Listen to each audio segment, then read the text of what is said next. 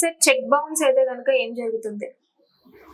ఇప్పుడు కేసులు ఎక్కువ అవే నడుస్తున్నాయి యాక్చువల్ గా. అంటే ఒకటే చెక్ బౌన్స్ అయితే వెంటనే ప్రాణాలు ఏం పోవు, కానీ చెక్ బౌన్స్ అయిందంటే ముందు నోటీస్ పంపించారు వాళ్ళకి. బాబు నువ్వు చెక్ ఇచ్చావు, మా దగ్గర పలానా దగ్గర డబ్బులు తీసుకున్నావు, దానికి బదులుగా చెక్ ఇచ్చావు, ఈ చెక్ నువ్వు డబ్బులు కట్టలేదని చెక్ ప్రెజెంట్ చేశాను బ్యాంక్ లో, ఇది ఇన్సఫిషియన్స్ ఆఫ్ ఫండ్స్ అని చెప్పేసి బ్యాంక్ వాళ్ళు చెప్పారు, ఇది రిటర్న్ అయింది, దీన్ని మరి వేరే చెక్ ఇస్తావా లేకపోతే డబ్బు ఇస్తావా లేకపోతే నన్ను కోర్టులో కేసు ఫైల్ చేసుకోమంటావా అని చెప్పేసి ఎవరైతే చెక్ ప్రెజెంట్ చేస్తారో బ్యాంక్ లోనే వాళ్ళు ఒకసారి లాయర్ ద్వారా నోటీస్ పంపిస్తారు. ఇలా ఉంది పరిస్థితి. అవతల చెప్పిన ఆన్సర్ పెట్టి ఉంటది, నేనేం చేయాలి ఏ చేసుకొని అన్నాడు అనుకోండి, చెక్ బౌన్స్ కేసు వేస్తాం. చెక్ బౌన్స్ కేసు వేసిందంటే కోర్టు కాల్ఫర్ చేస్తుంది, బాబు నువ్వు పలానా దగ్గర డబ్బులు తీసుకుని ఎగ్గొడిసావుట, బ్యాంక్ ను మోసం చేసావు, బ్యాంక్ లో డబ్బులు ఉన్నాయి నీ మోసం చేసావు, ఇందులో 420 కేసు పడుతుంది నీకు, section 138 NI act, negotiable instrument act అంటారు అనమాట, ఎన్ఐ యాక్ట్, దాన్ని చెక్ బౌన్స్ కేసు అంటారు.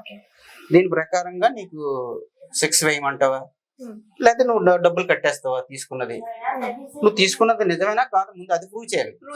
చెక్ బౌన్స్ అయిపోయినా చెక్ వేసేసి అయిపోదండి. ఇప్పుడు ఏం చేస్తారంటే కొందరు 50,000 ఇస్తారు, ఆడు కట్టలేదని చెప్పి కోపం మీద ఏం చేస్తారంటే 50,000 చేసి ముందు తీసుకెళ్ళి 2 యాడ్ చేస్తారు, అంటే 2,50,000 అవుతుంది. లేకపోతే కొందరు ఎంటీ చెక్ ఇస్తారు తీసుకుంటారు, ఈడు తీసుకున్నది 1,00,000 రూపాయలు ఆడేసి 10 లక్షలు వేస్తారు, 10 లక్షలు వేసి ఈయన ఇబ్బంది పెడేస్తుంటారు.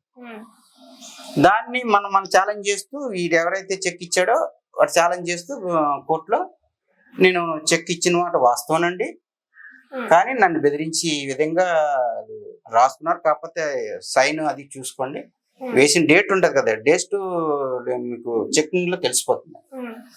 ట్రూత్ ల్యాబ్ అని మీకు హైదరాబాద్ లో ఉంది, అక్కడ ఏ రోజున ఏ డేట్ ఏ పెన్ను ఏ స్ట్రోక్ తో చేస్తారో రిపోర్ట్ వచ్చేస్తుంది.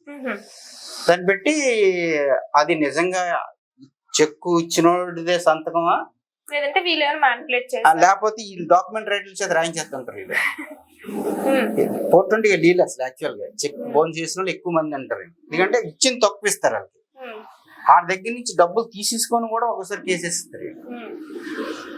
లేకపోతే ఆడు కట్టలేదు అనుకోండి, ఆడు కట్టవలసింది 20,000 అయితే వీళ్ళు 1,20,000 వేస్తారు. అవన్నీ తేలుతాయి కోర్టులో, వాదాలు అయిన తర్వాత కోర్టులో తేలుతుంది. కోర్టు నమ్మిన తర్వాత ప్రూవ్ అయిన తర్వాత కోర్టు జడ్జిమెంట్ ఇస్తుంది, బాబు నువ్వు పలానా దగ్గర తీసుకున్న దగ్గర నుంచి ఈ రోజు వరకు నువ్వు ఎంత కట్టాలి, దానికి వడ్డీ ఎంత, బ్యాంక్ వడ్డీ ఏదైనా బ్యాంక్ వడ్డీ వేస్తుంది కోర్టు, 2 రూపీస్ చెప్పిన వేస్తుంది, ఏసీ మొత్తం ఎంత అమౌంట్ నువ్వు కట్టాలి, ఆయనకి 3 నెలలు 6 నెలలు టైం ఇస్తుంది, ఆ టైంలో కట్టేయాలి, కట్టకపోతే జైలుకి వెళ్ళిపోతాయి.